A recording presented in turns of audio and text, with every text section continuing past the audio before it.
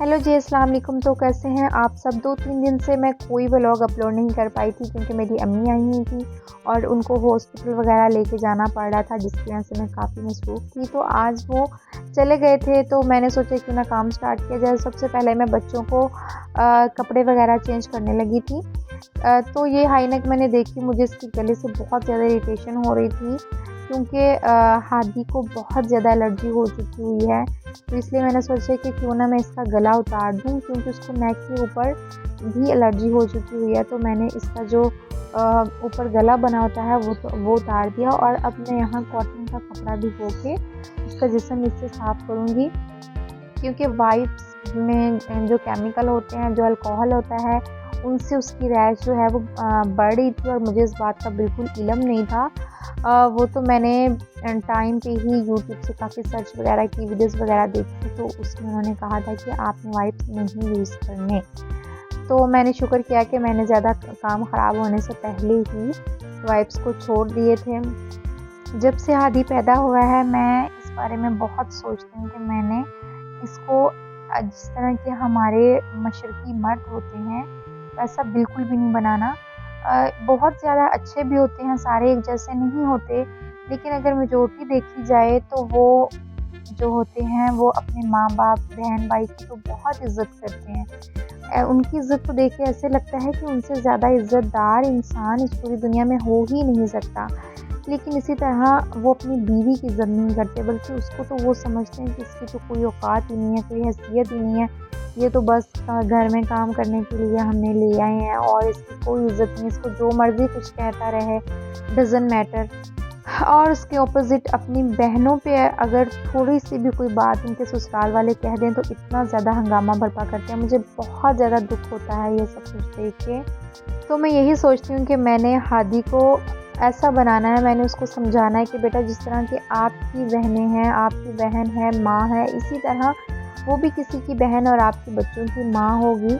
तो लिहाजा उसकी भी इज़्ज़त करें, उसको भी रिस्पेक्ट दें, क्योंकि मर्द की तरबियत का पता तब नहीं चलता जब वो अपने माँ बाप, बहन भाइयों को इज़्ज़त दे, क्योंकि वो तो एक नेचुरल रिश्ता है, आपका खून का रिश्ता है। उसके लिए तो इज़्ज़त खुद ब खुद अल्लाह ताला ने दिल में पैदा की हुई है।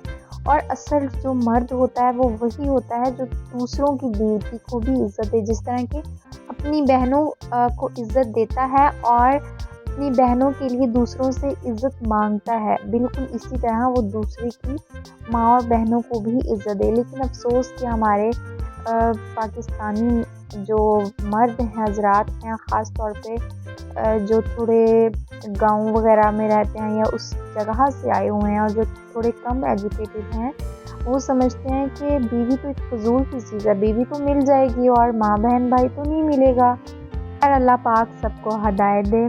तो आज मैंने सोचा कि अलीज़े की क्यों ना बाल उतारे जाएँ। उसके बाल काफ़ी ख़राब हो चुके हुए हैं।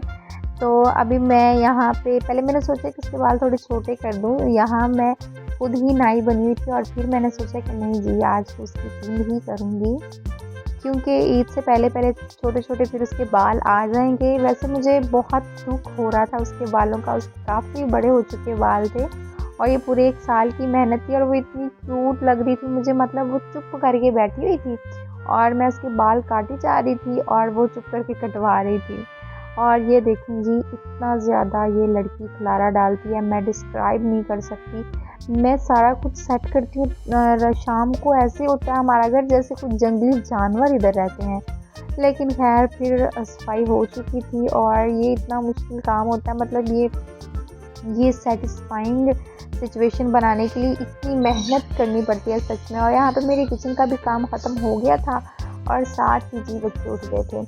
तो आज मैं ज़रा अपने हबी से नाराज़ थी, तो मैंने जी आज अफ्तारी में कुछ ख़ास नहीं था बनाया, मतलब बस खाना ही बनाया था। उसके अलावा जो ऊपर फूड खाना वगैरह हम बनाते थे, ऐसा मैंने कुछ नहीं बनाया था।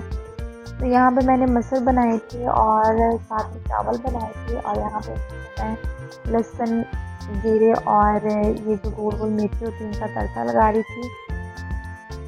सुबह से मेरा तो काम करने का भी दिल नहीं थका रहा है कि मैं नहीं काम करना है, मैं इनके काम करती हूँ, ऊपर से मेरे से लड़ते हैं। फिर मैंने सोचा क्या यार, इतने ज़्यादा मैस में तो बंदे का मूड ख़राब करने का भी कोई दिल नहीं करता है। तो इसलिए मैंने हिम्मत की और उठ के काम वगैरह किया और फिर मैंने सोचा कि चलो खाना वगैरह भी बना ही लेते हैं। पहले तो मेरा फुल मूड था कि मैं कुछ भी नहीं बनाऊँगी, बस चुप करके सारा दिन ऐसे पड़ी रहूँगी। लेकिन फिर भी माँ होने के साथ-साथ मैं हाउसवाइफ़ भी हूँ, तो ज़ाहिर-सी बात है करना पड़ता है, जितना मर्ज़ी मूड ख़राब हो, जो मर्ज़ी हो भई, सब कुछ करना पड़ता है और बस कर ही लेते हैं हम। तो यहाँ पे मेरी दाल को तड़का लग चुका था और जी आज के लिए बस इतना ही। मिलते हैं नेक्स्ट व्लॉग में। दुआ में याद रखिएगा और मेरी वालदा के लिए स्पेशल दुआ कीजिएगा। मैं अल्लाह हाफ़िज़।